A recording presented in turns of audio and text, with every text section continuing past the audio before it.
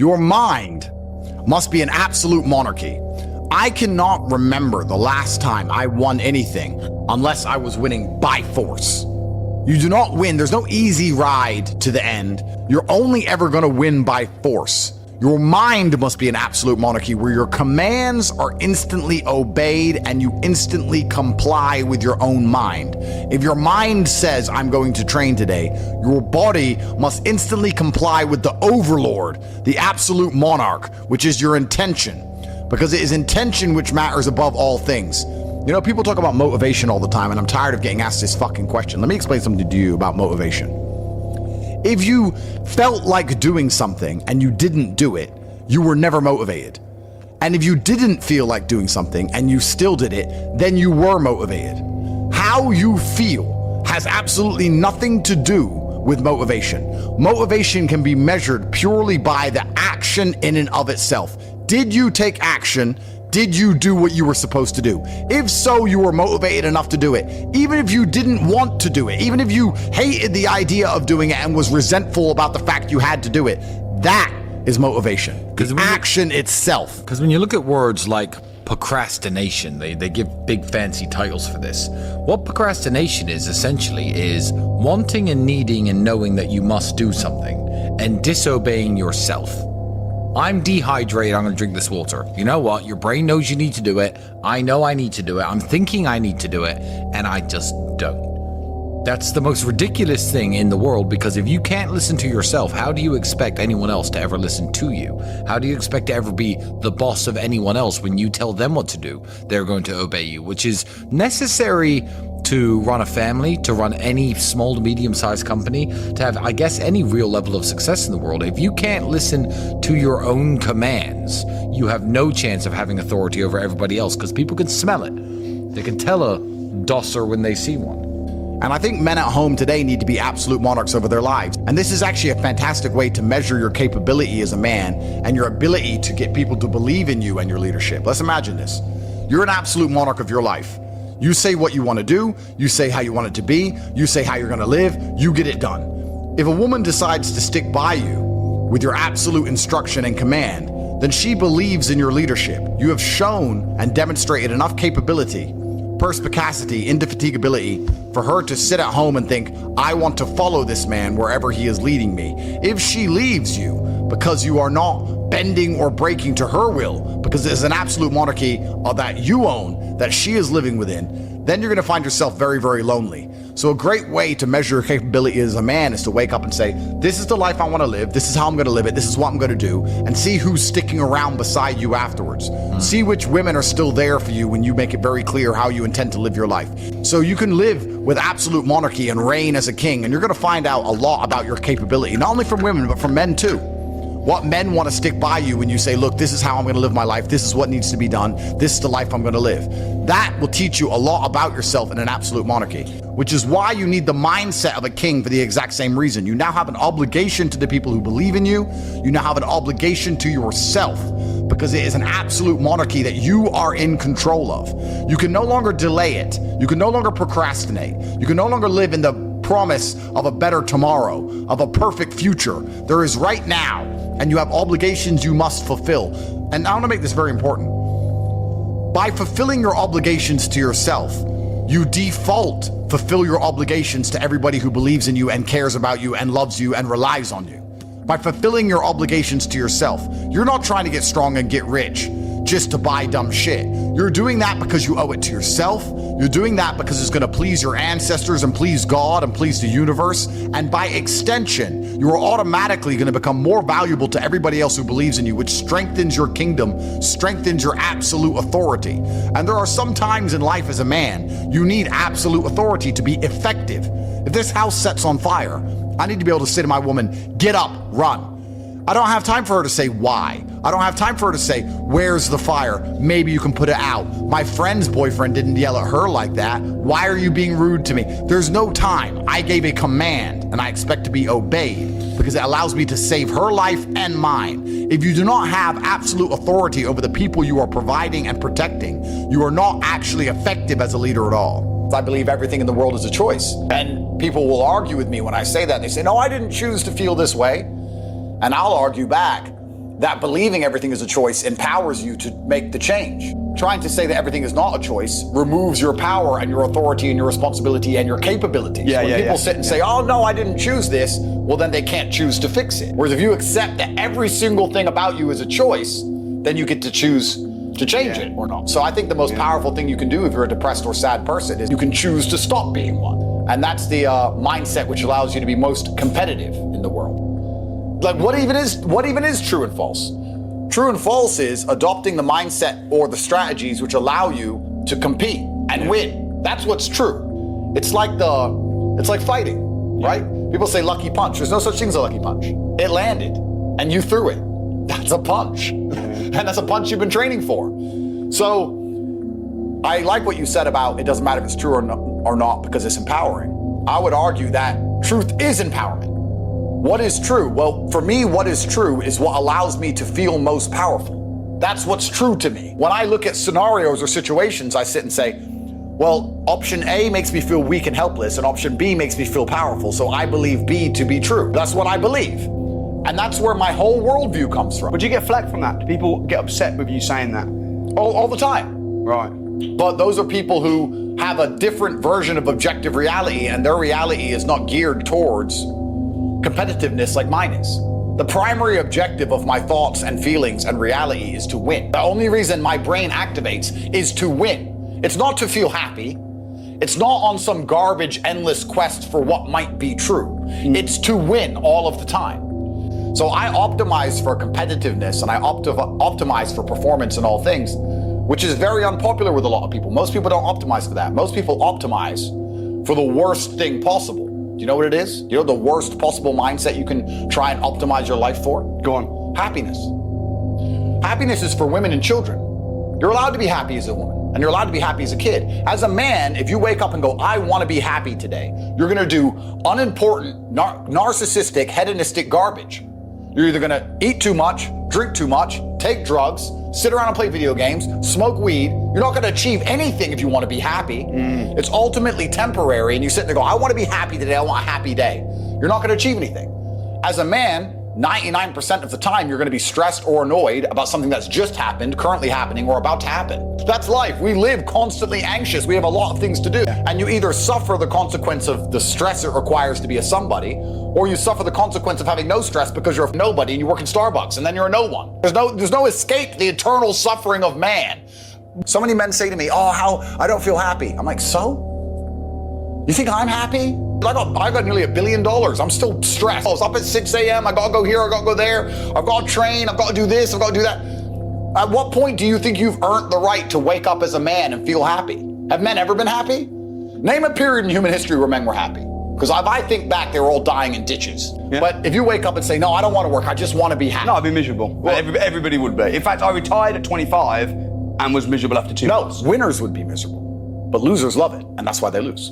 Okay. Losers say all the time, losers have this problem with temporary motivation. A loser will come and say, I really want to change my life. I can't live like this anymore. And they'll mean what they say for about 2 days. And then they're happy to go back to being a loser again. You know, they really want it Monday to Friday, but on the weekend, they're happy to go back to how they were. And that's why they never escape. They never get the terminal velocity required to break free from the atmosphere of mediocrity. So, yeah, I'm conditioned to win. Just like you said, you can't handle the idea of stagnation. You can't handle the idea of retirement. I'm the same. But I'm not going to lie and pretend that that mindset means I live stress-free. In fact, I would argue that I adopt endless stress all of the time because I'm looking for problems to solve, because I'm looking for money to make. I'm looking to win. So there's a competition. Everything I want, someone else wants. I have to beat them. Let's apply that to mentality. You're not going to argue with yourself about what mentality you should have or how you should implement a mindset to be most combatively effective and what's going to make things work the best. If you're already working the best, you're not going to doubt your mind if you're already massively successful in all realms. The reason none of my enemies can convince me the way I think is wrong is because I outperform them. How can you tell me that my mindset is wrong and the way I think and act is not the correct way to be a man if I ruthlessly outperform everybody at everything? I'm better under stress. I'm more successful. I'm more well-known. Why would I want the mentality of these little trolls who nobody even knows who they are? They're insignificant nobodies. Why would I want to adopt the thinking of sad losers when I can be a competent, capable, and happy winner? And this is extremely important. But let's keep it on the mindset here.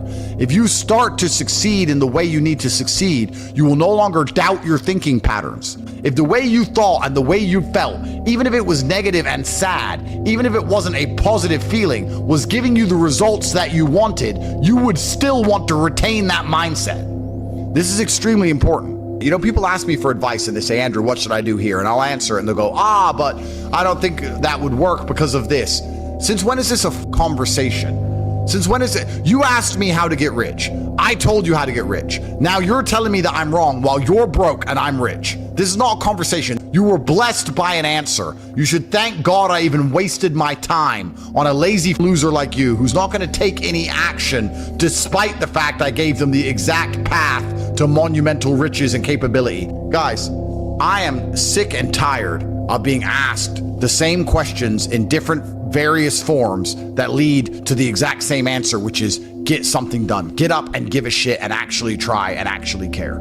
All of your life will be instantly fixed if you start to actually care about the outcomes and blame yourself for all of these things. You have wasted your life. And it's exactly the same if you sit around, maybe I'll go to the gym, maybe I'll start this, maybe I'll start this project, maybe I'll start this business, maybe I'll talk to that girl I like. You're going to end up 45, fat, chronically ill, too injured to even save yourself with training and to get back into shape, lonely, no kids, no money, broke, and the type of person that people don't want to deal with, which is another circumstance that keeps you broke. So the price you pay for this is not as simple as a bad year or a bad 2 years. It is literally a wasted life because we only get one spin at this. And if you throw it away, you've thrown everything away. There's nothing more beautiful than absolute accountability as a man. It's truthfully the most beautiful thing a man can experience and implement inside of his mind. Absolute accountability for all things, both the good and the bad, to blame absolutely everything on themselves. I promise you, if you stop making excuses, you stop waiting and praying for some kind of better future, and you wake up every day and say, all of the good in my life is my fault, and all of the bad in my life is my fault, and I'm the only one who can fix this. It's never gonna get better by itself. It's never gonna be fixed by anyone else. It's never gonna be easy. I have to win by force. I must force myself and my mind to brutally perform. There is a degree of comfort that comes when you understand that the power is within your own hands. And this is the life you want to live. I've been up at 9 a.m. and in meetings by 10 a.m. till 2, 3, 4 in the morning every single day. It's 2 in the morning. Almost 3. It's almost 3 in the morning. Still I've been busy all day long. And I'm a billionaire and one of the most famous people on the planet. And that's how I'm working. 16, 17, 18-hour days. You're sitting around on your ass doing nothing. Doom scrolling. And then you have the audacity to ask me why you're not where you want to be in life. Because men like me are going to take everything and not even leave you with scraps. There's not even going to be a little piece of meat on the carcass because you're too busy chasing around women who are too good for you in the first place. The only way you're going to have anything in this life is to wake up and to suffer the brutal realities of endless effort and to win by force. And that is the answer to 99% of your questions. That's the answer to how you get the girls you want. That's the answers to how you get rich. It's the answer to how you get in shape. It's the answer to how you become motivated. I can be motivated to do anything because I force myself. I can blink and cure my brain and be endlessly, permanently motivated to achieve the most mundane and boring and insignificant of tasks because I have decided my mind is an absolute monarchy that I control, that I rule. If I decide to become the world's fucking best at coin flipping, I will stand there and flip a coin so repeatedly over and over again until I am I'll become impressive at flipping a coin. if that's what I've decided to do. You can't motivate yourself to even get in the gym and have a body people admire you for. You can't motivate yourself to be sexually desirable. And then you want to sit here and ask me questions about how you get a woman. You can't motivate yourself to get up and log in and dedicate yourself so you can finally have some money. The dream is not to have a Lambo. The dream is to have a mother who isn't worried about hospital bills. The dream is to be able to travel around the world because there's a place you want to see before you die. The dream is to have a car that works, and if it breaks down, you can afford to pay it. That is the dream. And to achieve this dream, you do not have to climb Mount Everest. You have to open up a laptop and type, and you still fail. And then you want to sit there and ask me, oh, how come I don't have the motivation? You don't have the motivation to type on a keyboard to achieve your dreams, and you think I can fix a loser like you? If you're not improving, you are dying. If you're not growing, you are dying. There's no such thing as staying still in this world. Isn't it beautiful for a man to turn up, try his absolute best, or otherwise, attempt to try his best, and be completely responsible for the results, to get the benefits of a positive result and all of the negatives of a less than perfect result? There is nothing better as a man than to turn up and get a fair shot. That's exactly what you should want. You should want as a man to be judged for who you are and what you're capable of, with no sugarcoating, no positive spin because you know somebody. You want to just say, here's who I am, this is what I can do, give me a fair chance. You want a fair chance in life, and you want to be the kind of man who says, if I have a fair chance, I'm going to win because I believe I can work harder than everybody else. There is nothing better than turning up, putting on gloves, even if you've never fought before in your life, and showing that you have the grit, because you can only win things in life by force. This is a mentality decision. This is a chance for you to prove to the world that you never quit, that you never give up. This is a test to see who's a quitter and who's a winner. And this is why I said at the beginning, the only way I have ever won anything in my life is by force. The only way I have ever succeeded in anything in my life is by force. It's all I know how to do. It is all I have ever done, is to look at the insurmountable task ahead of me, to look at the large, huge mountain which has never been climbed before, and one step at a time, with an iron mind which will not bend, which will not break, remaining completely unfazed, put one foot in front of the other until one day I wake up and I'm at the top of the hill. There is no easy way to get anything else done ever.